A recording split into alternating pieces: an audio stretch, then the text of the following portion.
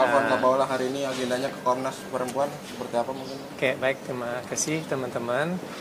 Pada hari ini kami berempat ya, kami berempat, maksudnya bersama dengan Mbak Pola, di mana kuasa hukum di sini ada saya, Mbak Siti Aminah, dan kemudian juga Mas Ainul gitu. Nah, pada hari ini kami ke sini untuk memastikan bagaimana hak-hak perempuan itu bisa terjamin. Nah, karena kami melihat bahwa banyak hal yang sebenarnya sudah paling tidak ya ada dugaan diskriminasi terhadap perempuan gitu. Dan kemudian juga ada persoalan-persoalan yang sebenarnya tidak bisa dikategorikan sebagai sesuatu yang perlu diungkapkan terkait dengan pendekatan seorang perempuan seperti itu ya. Jadi di situ ada dugaan diskriminasi dan dugaan dari kekerasan terhadap perempuan. Itu kira-kira dari saya. Nah, nanti mungkin Mbak Ami atau Siti Aminah bisa menjelaskan lebih mendetail terkait dengan apa saja yang telah kita diskusikan di dalam dan apa-apa saja nanti yang akan sikap dari Komnas HAM ke depan, dan bagaimana juga teman-teman bisa menghubungi dari komisioner terkait dengan permasalahan ini. Itu kira-kira dari saya. Mungkin setelah itu Mbak Ami silakan menjelaskan tadi diskusinya apa aja intinya.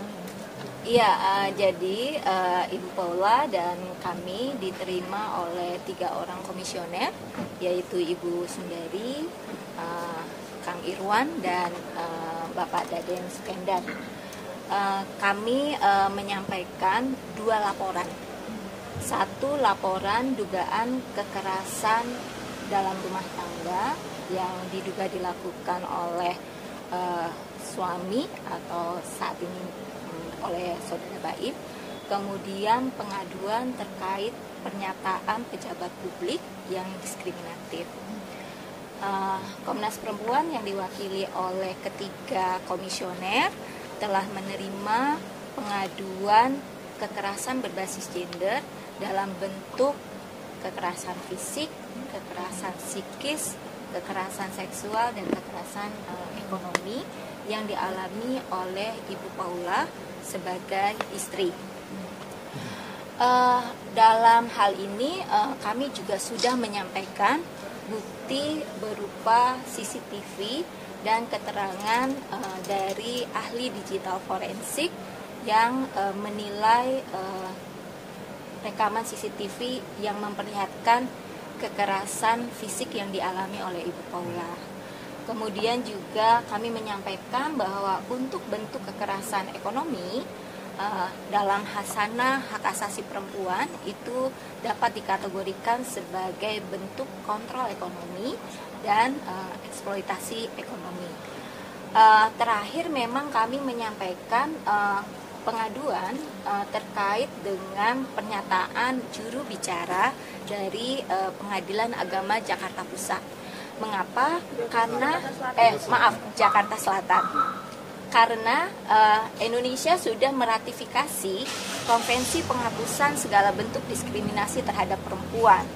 Nah, di dalam salah satu mandatnya itu negara, termasuk pejabat negara, diminta untuk menahan diri dan tidak melakukan tindakan diskriminasi melalui pernyataan-pernyataan yang sifatnya stereotip gender.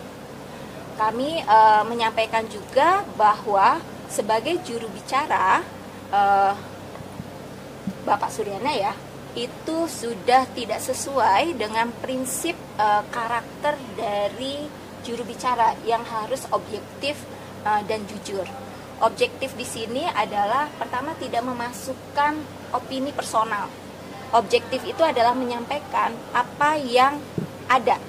Tapi di dalam pernyataan itu yang disampaikan, khususnya misalnya pernyataan terbukti adanya pihak ketiga yang di dalam putusan pengadilan itu tidak ada kata-kata itu berarti kan itu opini personal. Padahal juru bicara itu harus objektif dan tidak memasukkan opini personal dia sebagai laki-laki atau sebagai orang lain. Mungkin selain konteks yang tidak objektif, karena yang dampingi selama persidangan perceraian itu. Kang Ainul, mungkin Kang Ainul bisa tambahkan apa saja yang tidak patut dilakukan oleh pejabat publik di dalam kasus ini. Baik, terima kasih.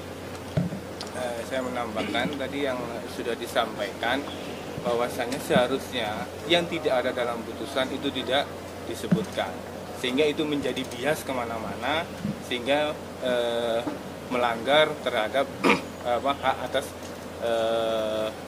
dari si yang berperkara tersebut. Dalam hal ini adalah Mbak Paula. Salah satu contoh juga terkait dengan fakta persidangan. Kenapa? Kalau memang seperti itu, seharusnya kan hal yang disampaikan itu harus berimbang. Salah satu contoh, dalam bukti KDRT, yaitu kita sudah menyampaikan terkait CCTV. Seharusnya hal-hal seperti itu juga disampaikan, kan gitu. Tapi itu tidak. Nah, hal-hal seperti ini yang menjadi bias oleh dari juru bicara Pengadilan Agama Jakarta Selatan tersebut. Mungkin itu tambahan. Termasuk ini ya, di dalam persidangan itu ada pengakuan dari saudara Baim bahwa dia mencium perempuan lain di dalam perkawinan. Dalam konteks hukum perdata, pengakuan itu adalah pembuktian yang sempurna. Tapi kan juru bicara itu tidak menyampaikan hal itu, tapi lebih menyasar kepada apa yang diprasangkakan kepada Ibu Paula. Jadi dalam konteks itulah kami meminta Komnas Perempuan untuk memberikan rekomendasi agar sebagai pejabat publik atas nama negara ia adil dan tidak melakukan diskriminasi terhadap perempuan. Jadi dalam konteks ini tadi kami mendiskusikan bahwa Ibu Paula menjadi korban kekerasan berbasis gender di ranah personal oleh suami dan kekerasan berbasis gender oleh negara. Dalam hal ini melalui pernyataan pejabat publik. Itu dan Komnas Perempuan tadi menyambut dengan baik dan mendukung keberanian dari Ibu Paula, juga mensupport agar Ibu Paula mendapatkan hak atas keadilan dan pemulihan, dan kasus Ibu Paula ini akan menjadi entry gitu ya, atau menjadi pintu pembuka agar perempuan-perempuan yang mengalami berbagai bentuk kekerasan itu juga mengklaim keadilan dan mendapatkan pemulihannya. Itu teman-teman yang bisa kami sampaikan. Oke, sebentar ya, mungkin di moderator dulu gitu ya. Mungkin satu-satu aja kita batasi juga. Kira-kira apa pertanyaan teman-teman terkait dengan apa kita kemari ini? Satu, di dalam curhatnya gimana? Curhatnya di dalam tadi seperti apa? Oke, sharingnya seperti yang dikatakan oleh Mbak Ami, gitu ya, tentang dugaan-dugaan yang terjadi, yang disebutkan tadi dugaan. Oke, terkait dengan dugaan kekerasan, diskriminasi dan juga dugaan terkait dengan kekerasan terhadap perempuan. Secara detail tadi sudah disebutkan. Itu kira-kira yang pertama. Kedua, keprihatinan seperti apa sih dengan adanya opini yang berkembang sekarang yang dirasakan oleh Kak Paula sendiri, mungkin bisa juga bisa keluar tuh Kak. Oke. Mungkin salah satunya karena itu atau seperti apa Kak? Oke, keprihatinannya gimana kira-kira menurut Kak Paula Kak Paula dong Pak yang ngomong Pak. Iya, oke. Beliau juga lagi nggak enak badan karena agak serak gitu kan ininya, suaranya gitu. Gimana Mbak Ami, ada ininya? Oh iya, tadi pertemuan ini kurang lebih berlangsung 2 jam ya. Dan saya pikir ini ruang yang baik untuk Ibu Paula tadi menyampaikan perasaan-perasaannya. Karena pengaduan di Komnas Perempuan itu adalah menjadi ruang aman. Jadi ya di dalam 2 jam itu Ibu Paula menyampaikan, mencurahkan perasaan-perasaannya. Dan tentu kami juga tidak boleh menyampaikan apa yang terjadi di ruang pengaduan, karena ruang pengaduan itu kan ruang yang konfidensial ya, dan itu ruang aman baik untuk Ibu Paula maupun untuk teman-teman yang menerima pengaduan. Ini salah satu persiapan untuk banding juga ya Bang ya? Kenapa baru melaporkan soal KDRT? Bener ya Bang, untuk banding juga ya Bang? Oke, jadi gini, terkait dengan banding itu kami baru menyatakan ya, dan ternyata juga pihak sebelah juga menyatakan juga kemarin gitu ya. Nah, apakah itu menjadi suatu bahan pada saat ini?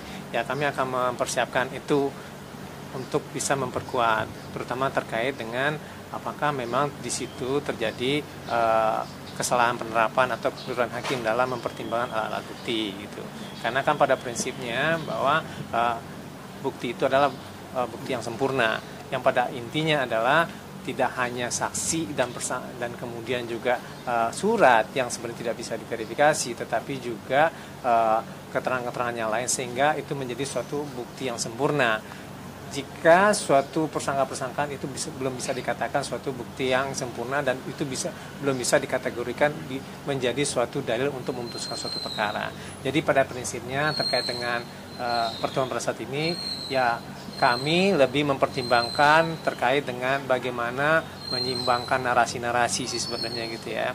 Karena kami menilai bahwa mohon maaf teman-teman ya, ini kan sepertinya banyak narasi-narasi itu muncul dari sosmed, Instagram yang sebenarnya kita nggak tahu dari siapa, kan gitu kan.